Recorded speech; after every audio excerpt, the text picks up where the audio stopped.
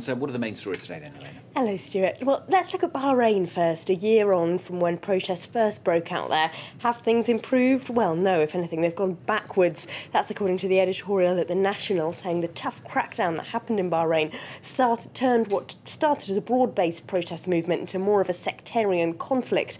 The protesters there being mostly Shia, while the government is Sunni.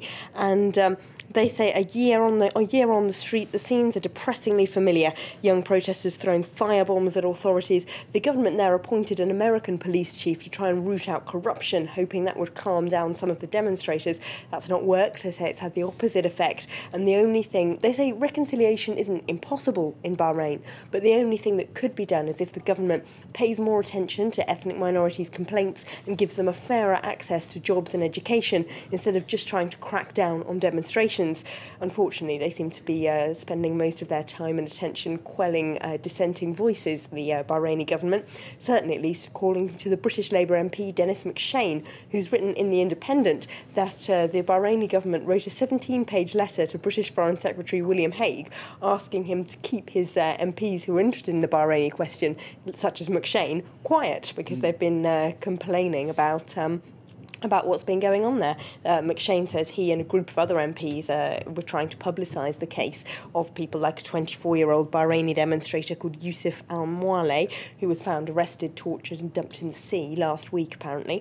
But the Bahraini government has responded by trying to complain about them through the highest diplomatic channels. So, how are they responding in Britain then? Are they keeping quiet? Not according to The Guardian, I gather. No, indeed not. So they say that a year on after this first was controversial, the Britain has not stopped selling arms to Bahrain.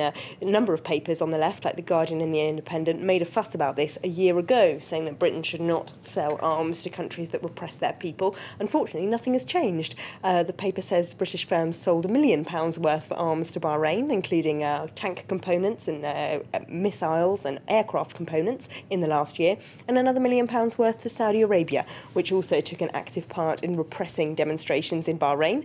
So they're not doing terribly well on ethical guidelines. They actually quote Vince Cable as saying, well, we have to sell arms to undemocratic regimes and people should understand that. Perhaps not a point of view that will go down very well with people like Human Rights Watch, who complain in the paper. The Guardian is also having a look at Libya, nearly a year on from when demonstrations broke out there today. That was on the 17th of February, their anniversary.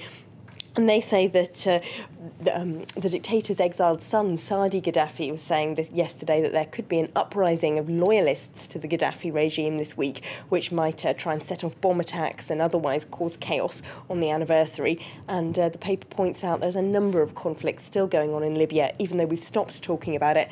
Some cities like Misrata have broken off completely from the NDC government. In Misrata, they're actually having their own election, totally separate to the rest of the country.